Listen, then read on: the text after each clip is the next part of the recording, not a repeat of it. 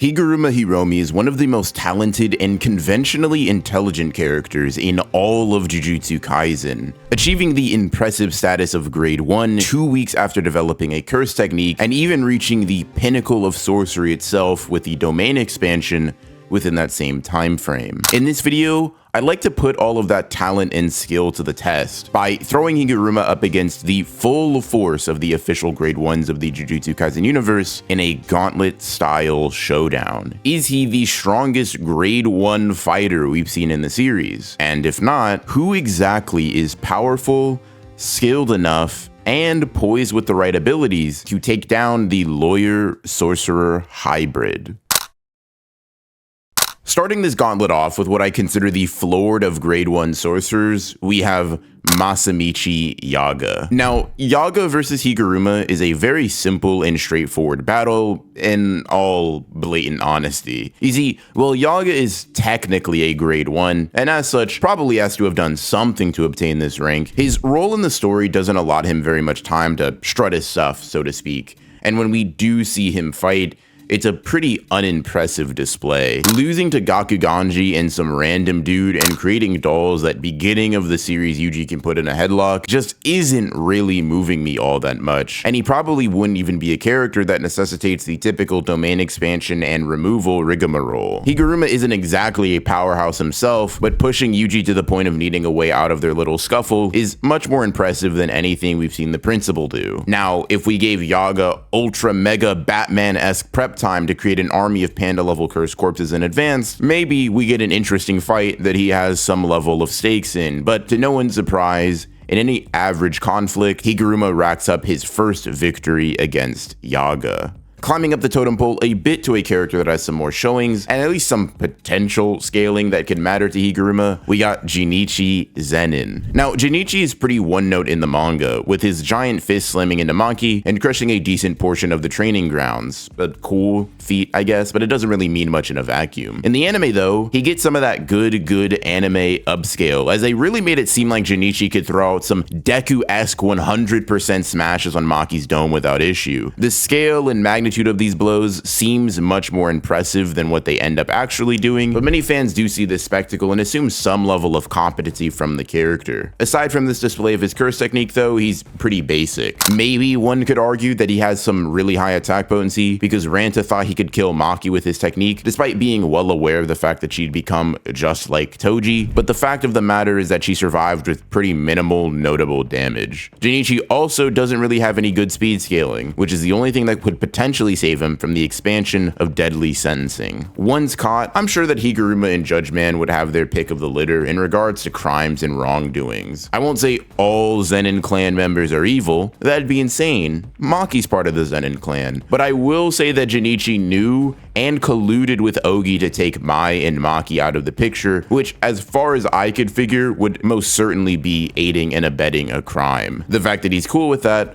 also probably means that he's done or been a part of a lot of other shady Zenin abuse, which once again, just par for the course for this style of character. Assuming confiscation takes place, the death penalty isn't even required, because Higuruma would then just run up on the confused Jinichi and absolutely batter him. I mean, this guy's got no durability feats, and even if he did, the disruption of one's curse technique tends to muddle the manipulation of curse energy, resulting in a very formulaic win for Higuruma here. Ogi shouldn't be too different in all honesty. As the third Grade 1 sorcerer we know of on this list, he does have some better, or at least more concrete potential scaling than Jinichi, beating Maki in a duel, and even stating that he's not inferior to Naobito in any respect as a sorcerer, except for the quality of his children. If this was the case, Ogi would probably have a really good shot at dealing with Higuruma.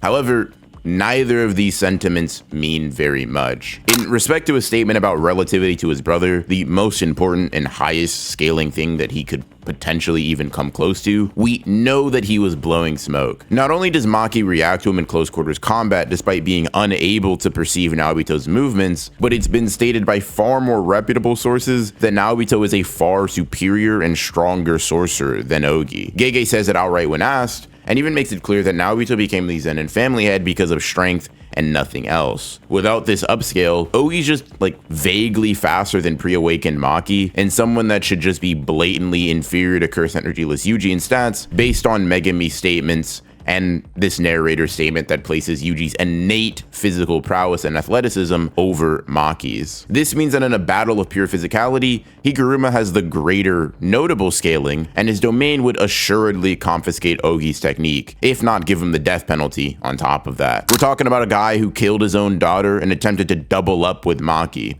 So there's just no universe where he doesn't get his technique stolen and body crushed beneath the hammer of justice.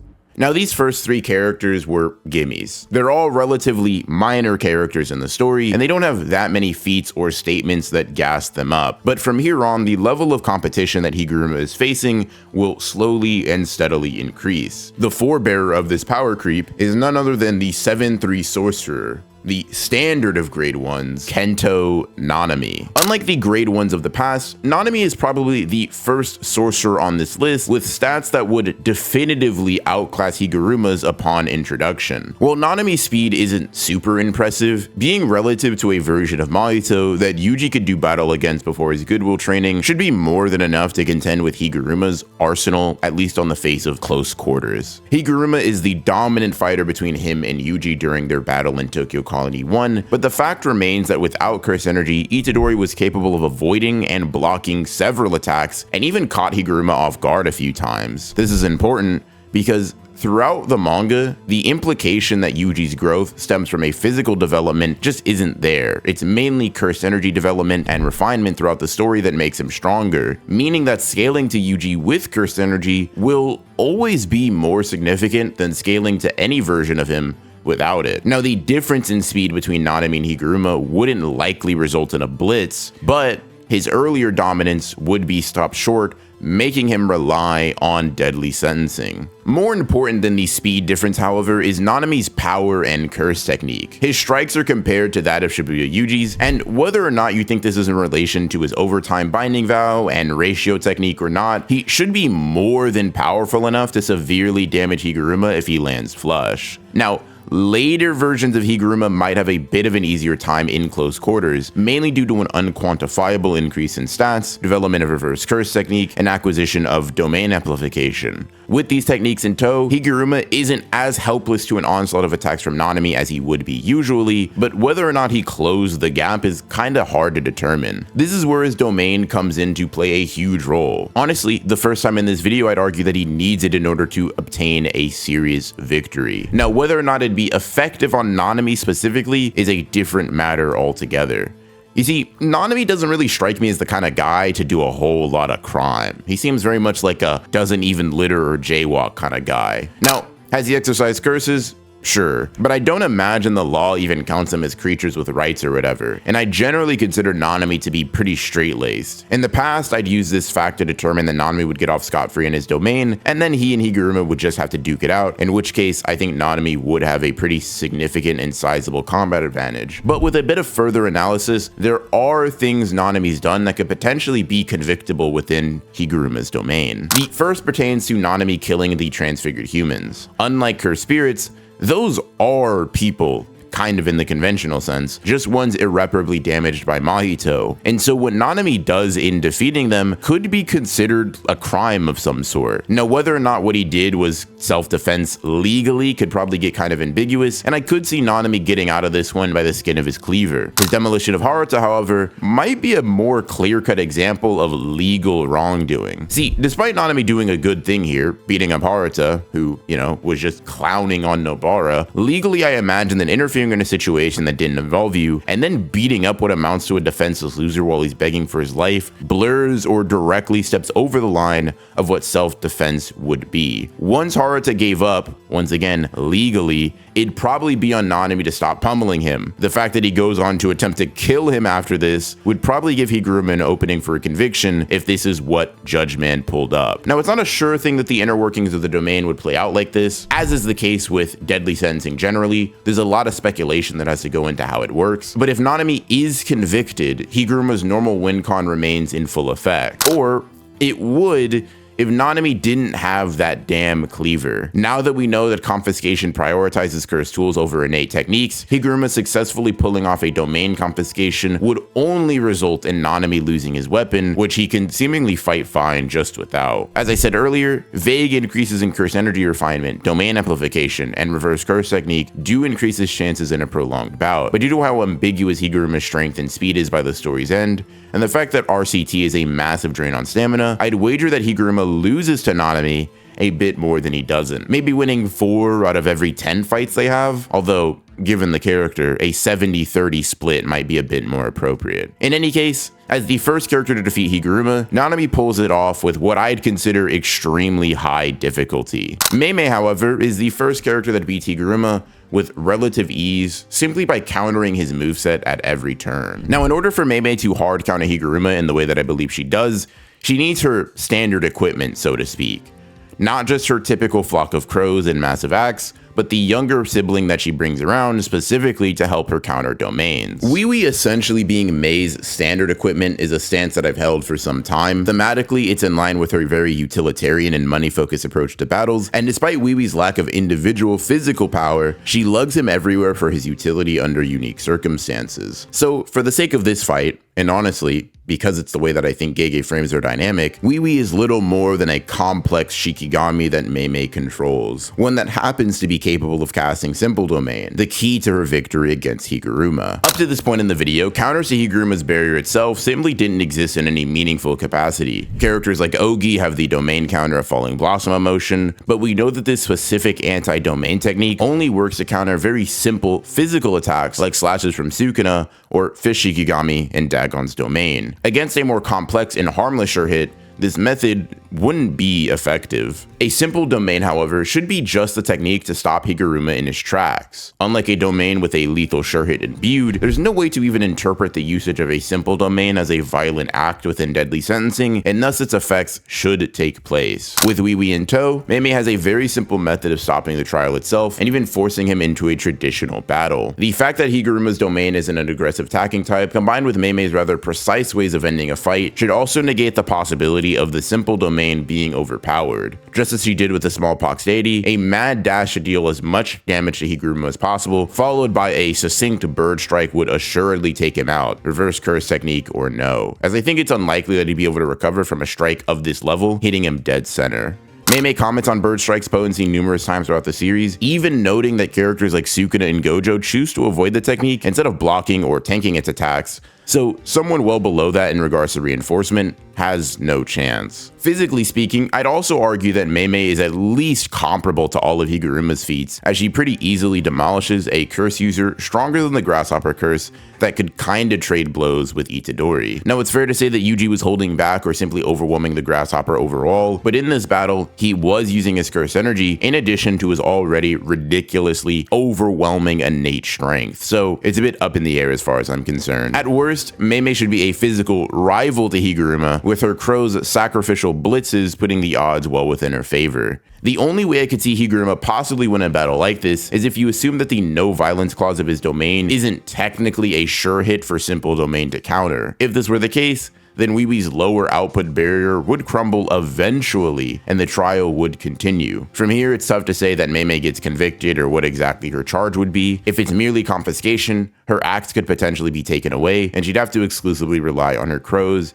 and hands. And in this scenario, I could see the fight leaning towards Higgy. There are a few different ways, kind of similar to this, that it could go due to the ambiguity of the situation, and it depends on a few different questions, like who gets targeted as the one on trial if there are more than one enemy? Would he hold 2 separate trials back to back, or what exactly happens? Questions like this could affect the outcome, but based on what we know and what the story pretty definitively tells us, Mei Mei with Wee Wee in the back pocket kinda just hard counters Higuruma's entire kit. Unfortunately for Higuruma, the exact same thing could be said for Todo, albeit to a likely even greater extent. Physically, Todo blows Higuruma out of the water. I mean, he's capable of hurting Hanami with his strikes, keeps pace with every form of Yuji that he fights alongside, has an amazing technique for evading damage, and most importantly, has a simple domain of his own. If he's able to pause the trial, Todo honestly doesn't take very long to clobber Higuruma in a close quarters fight, and in the event that the simple domain isn't the counter that I present it to be, honestly he still probably clinches it. While I think that Todo beats the brakes off of Higuruma under practically any circumstance, I won't sit here and pretend that Todo has no convictable crimes though. Upon introduction, we actually see him assault Megami for no reason, but just on the intelligence fronts, I feel like he would be able to get around this, as there are few characters in JJK poised to defend themselves better than Todo. It's a little bit of a gut feeling, but with a little bit of luck in terms of Judge Man's decision and that massive IQ, I see him putting this thing away way more often than he doesn't. Higuruma's later development of reverse curse technique prolongs the fight, and domain amplification might eliminate Todo's major curse technique advantage, but neither of these really change what happens. Eventually, Higuruma is going to empty the tank, and Todo's fists are going to be pressing him every step of the way. Following the trend of simple domain users, we have one of the strongest grade 1s in the story, Kusakabe. Unlike Mei Mei and Todo, Kusakabe is essentially the simple domain guy, and he's so precise and competent with this ability that I don't see deadly sentencing ever overpowering it. And just like the last few characters we talked about, without a severe handicap, Kusakabe is absolutely putting belt to ass in a fight with Higuruma. Now, a funny possibility in the event deadly sentencing somehow does work and confiscates something from Kusakabe is the idea that it'd take his sword instead of his cursed energy. While it's not explicitly called or considered a cursed tool in the story, we know that as far as sorcery goes, tools that have been constantly imbued with cursed energy take on the properties of pseudo-cursed tools, which is why, for example, Maki could use Miwa's blade with cursed energy despite being unable to pour into it herself and it not being a traditional, conventional cursed tool. Kusakabe is older and has been a sorcerer for presumably much longer than Miwa, meaning that his blade should be like this as well. If it did get stolen, it'd honestly be pretty funny to see Kusakabe complain about having his weapon taken before running up and just beating Higuruma up with his hands. We see in this short stint against Sukuna that Kusakabe can and will put hands and feet on you if his sword is unusable for a time, and he's capable enough to send the King of Curses flying with some of these strikes. Kusakabe is also a canonically extremely resourceful guy. I can see him picking up some metal pipe and shrouding it in curse energy if need be to create a makeshift blade and just, slice and dice Higuruma, which would result in yet another loss for the Culling Game's most talented player. Now, we've been talking about simple domain users for a little bit, and luckily we're about to break away from that with Naoya Zenin stepping up to the plate. As a member of one of the big three families, Naoya should at least know Falling Blossom emotion like Ogi and his father, but as I made note of earlier, that isn't a technique that would function well against a rule-based domain like Deadly Sentencing. This means that much unlike Kusakabe, Todo, and Mei Mei, Naoya will have to confront his trial head-on, or prevent him from opening his domain in the first place. In the universe where Naoya doesn't stop Higuruma from popping domain, the fight's over, to be honest. Naoya is such a scumbag that pretty much any moment in his life would be fodder for Judgment to convict him, and he'd almost assuredly get the death penalty as well. Without projection sorcery, shoddy manipulation of his cursed energy, and facing an instant death sword, Naoya would get fried again. One could maybe argue that his knife would get taken instead of his curse technique. I mean, it's a weapon likely imbued with curse energy whenever he uses it, right? Sure, Naoya has a knife, but whether or not it's a traditional curse tool is tough to tell. We don't have that much information on it, and we know for a fact that he doesn't use it very often, so it's likely not a normal knife made into a curse tool via a constant cursed energy flow. I'll admit that it's speculation either way. He's from the Zenin clan. It's very possible that he just has access to their tools and decided to just pick a random knife. But the way I see it, we don't know either way. And Naoya could just be using a normal knife he keeps his hand on and flows his curse energy through in the few instances it's necessary. Meaning that in this scenario, he probably wouldn't get it removed and then would get insta-killed. This means that in order to snatch victory from the jaws of defeat, Naoya would have to interrupt the opening of the domain itself. The question is whether or not he could accomplish this. And in a word, hell yeah. Naoya is likely several blitz tiers above Higuruma and would be capable of stopping the motion to open his barrier. While it may seem almost instantaneous, we know that domains can be interrupted with damage, and during the Shinjuku showdown, it's implied that Higuruma would need an opening to use his domain safely against Sukuna. Naoya is fast enough to perception blitz Yuji while holding back, and the version of Yuji that he embarrasses would most certainly outpace any version of Higuruma that exists in the story. Due to all of these factors, Naoya could simply run up and keep pressing Higuruma without leaving an opening to fight back. This blitz first, ask questions later approach is something that we've seen Naoya do before as well, especially when he has a personal grudge against them like with Maki, or he's particularly wary of an attack's capabilities, like when he prevented Choso from firing piercing blood. Unlike either of those characters, however, I'm not convinced Higuruma is tanking Naoya's attacks Maki style, even if Naoya doesn't pull out the old trusty knife. While I think that Naoya is capable of accomplishing such a task, blitzing Higuruma before his domain opens and then just beating him to a bloody pulp, whether or not Naoya having this capability matters is a different story altogether. You see, Naoya is an extremely arrogant character who habitually underestimates his opponents and greatly overestimates his own abilities. Assuming neither character knows about the other, he also wouldn't even know to be wary of a domain in the first place. And so, if I plugged my controller into Naoya, I think he wins 10 out of 10 times. He has the proper stats for it. But without that added intel buff, due to his intrinsic character flaws that affect his fights, Naoya actually probably loses far more often than he wins. Higuruma's rather inconspicuous barrier creation, Naoya's arrogant nature, and general lack of information would all contribute to him getting bodied in any semi-realistic scenario. This, however, probably wouldn't be true for his father.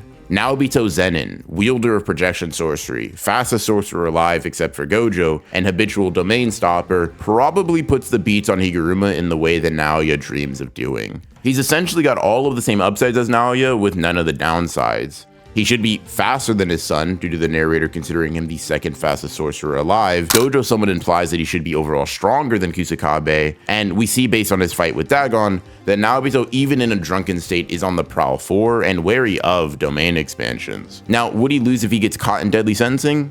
100%. He's a terrible guy who's constantly intoxicated in public and probably abuses many of the women in the Zenin family. But unlike Naoya, I just don't see Naobito letting that happen. Naobito just pinballs Higuruma until he runs out of stamina, spamming reverse curse technique, or dies, securing the final victory for Grade 1 sorcerers and setting in stone the final defeat for Higuruma in this video.